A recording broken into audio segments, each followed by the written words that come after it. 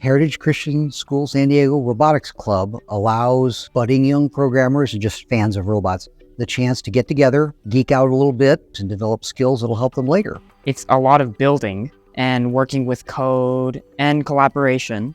It's fun to get together with other people and be able to do things. Well, it's also a great way to meet friends because you also have to partner up to build and program and problem solve. There's a lot of challenges that come just because of something is programmed and supposed to go a certain way. It was a very humbling experience, and then learning all the things that have to go into a piece of code to make something happen. Obviously, you're not going to know everything at the start, and even if you do know what you're doing, you're always going to get stuck. There's certain obstacles that they have to overcome. It can give you a glimpse of the complexity that God put out. When I first joined robotics, I didn't know much about coding, and now I can go on to Scratch and start a program, and it works. It's just fun to build Legos with other people. Definitely a creative outlet. It's a lot of fun.